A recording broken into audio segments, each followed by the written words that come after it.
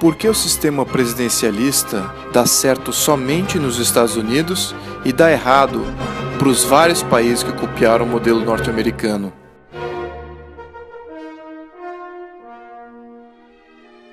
Na Grécia Antiga, havia o modelo ateniense de democracia que elegia democraticamente tiranos com controle absoluto. Várias cidades-estado gregas adotaram esse modelo e ele dava sempre errado, pois concentrava muito poder em uma só pessoa. Essa concentração acabava por gerar muita competição pelo poder. Além da competição extrema, quando um tirano sucedia o outro, alternava todo o sistema criado por o antecessor. O que resultava desse ciclo, ao longo do tempo, era a instabilidade política. Mas havia uma exceção na Grécia Antiga. Enquanto os atenienses viviam depondo e repondo seus tiranos em sucessivas conspirações e golpes de Estado, no mesmo período, o modelo de governo dos espartanos se mostrava muito mais estável. Por quê? Em Esparta não havia um modelo de tirania democrática ateniense. O poder executivo era dividido em dois. Haviam dois reis. Um tomava conta das questões externas, como as guerras, e outro, a administração pública interna. Além disso, havia uma assembleia eleita de aristocratas e plebeus. A competição entre esses poderes limitava mutuamente os poderes entre eles, criando freios e contrapesos entre si.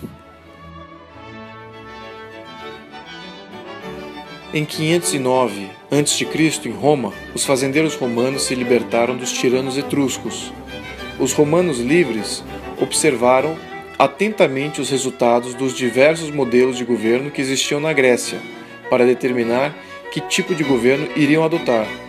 Sabiamente optaram pelo modelo espartano, mas com algumas variantes. Chamaram esse novo modelo de res publica, coisa pública, que, ao invés de dois reis, haveriam dois cônsules, e ambos seriam eleitos todos os anos. Os cônsules seriam orientados pelo Senado, que, assim como no modelo espartano, teria representantes eleitos da aristocracia e do povo.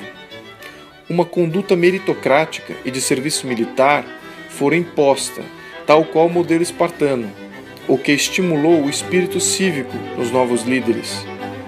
Havia competição por honra dentre os senadores. Baseado nisso, a Constituição Romana foi gradualmente incluindo setores da sociedade que se destacavam na dedicação à causa comum, e os freios e contrapesos entre os poderes foram refinados. O sistema gerou tanta estabilidade e prosperidade nos primeiros 200 anos que boa parte dos vizinhos de Roma queriam se tornar cidadãos romanos, sem Roma precisar conquistar ninguém.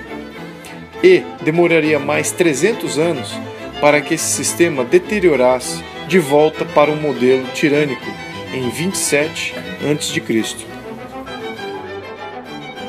Mais tarde, em 1787, nos Estados Unidos, os pais fundadores dos Estados Unidos se depararam com o mesmo problema que os romanos se depararam 2.300 anos antes. Depois de se livrarem da tirania inglesa, eles optaram por abraçar a sabedoria histórica greco-romana até então. Criaram uma constituição separando o poder executivo em dois. Havia um chefe de Estado, que chamaram de presidente, que trataria somente de assuntos externos, enquanto deixaria a administração pública para ser feita por cada chefe de governo de cada Estado membro da Federação. Portanto, o chefe de Estado e o chefe de governo tinham funções distintas e um limitava a ação do outro. A Constituição norte-americana é muito clara em definir que a função do presidente não era governar, mas sim somente representar a República e somente interferir nos Estados-membros para proteger o cidadão contra possíveis ações abusivas dos governadores. Em outras palavras, o presidente era para ser visto como um protetor da liberdade de cada cidadão e não como um governador de pessoas. Alguns anos mais tarde, no Brasil, quando Dom Pedro I encomendou a primeira Constituição do Brasil, em 1824, ele aplicou essa mesma sabedoria que os Estados Unidos e República Romana haviam aprendido com o modelo de Esparta antiga. A estrutura de poder do Brasil imperial separava a função do imperador como chefe de Estado e a função do primeiro-ministro como chefe de governo. Como o poder executivo era dividido, os poderes se limitavam mutuamente, e o sistema, mais uma vez, se provou extremamente estável e gerador de prosperidade durante todo o século XIX. No quesito estrutura de poderes executivo, a diferença entre o nosso sistema e o norte-americano era somente no rótulo.